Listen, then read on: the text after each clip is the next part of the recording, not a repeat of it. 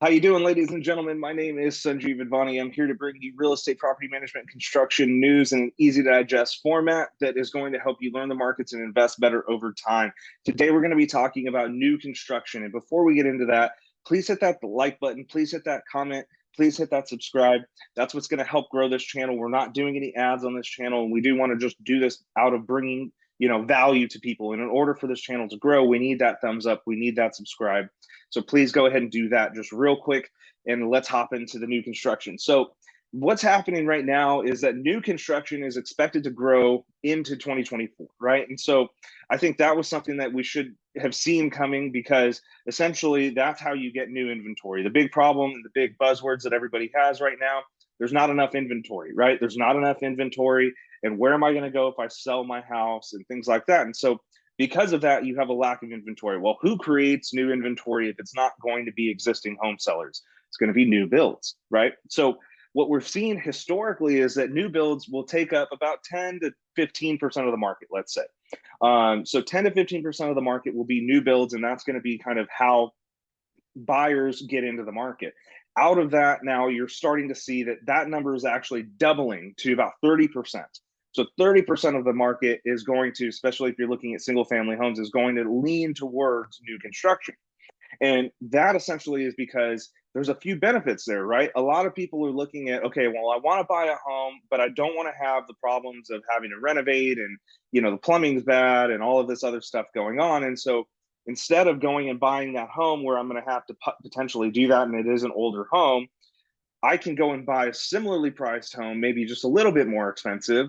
And at the same time, it's going to be a new home. I'm going to have a warranty. I'm going to be able to design a little bit about how I want, figure out what finishes that I would want exactly, right? And so then you're able to get into something that's a little bit more of you. Now, obviously, you have to have a little bit more money to do that, but these are, that's kind of how people are going. The people with the extra capital are going that direction because they're saying, well, I don't want to have the headache of owning a property, and I can go into this property for a similar price. It's going to be brand new. So you're seeing that doubling of the market essentially. And that also comes from having the shortage of inventory and these new builders being able to build that inventory that you're needing, right? Now, obviously, they can't build the inventory that you're needing all at the same time. And so that's still causing problems. And that's where you see, prices surging essentially, right? Prices increasing. Is that you're seeing that existing home prices are going up. You're seeing that new construction home prices are going up. So for example, in my area here in Bakersfield, California, we're looking at those new construction prices are going up by the sale almost. So meaning that this 4-bedroom 2-bathroom plan that was just $400,000, after they've sold one of them, is now $401,000. After they've sold another one, is $402,000, and so on and so forth. And so that's something that you really want to be looking at as far as, when you're buying new construction, these are things that are happening, right? But they're able to do this because the existing inventory just isn't there, right? And now that's a really good option, because if you're saying, okay, well, I'm paying $450,000 for this 4-bed 2-bath, I'm going to pay $450,000 for this 4-bed 2-bath. One of them's built in 2024 with a 1-year warranty. Everything is brand new. One of them's built in, 2012 with a 1-year warranty, and everything was from 2012.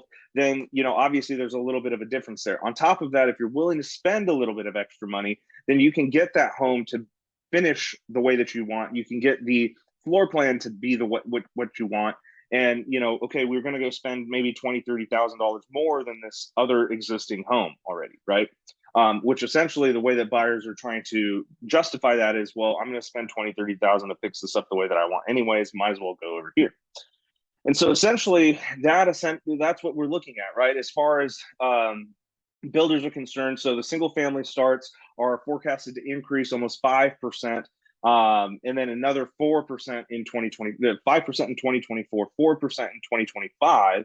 And so I think that's really going to be interesting. The other thing is that now you're starting to see people really look at the difference in how they're constructing, right? So for example, you're now probably going to start seeing smaller floor plans. So for example, in our area, you're seeing that, well, these 3-bedroom floor plans that used to be 1,500 square feet are now being built in 1,200 square feet, 1,100 square feet, and that's being able to bring down the price. You're now seeing that basically the townhome model, right? So where you would have kind of one shared wall, but that's going to get the units cheaper for both of those people who are going to be purchasing.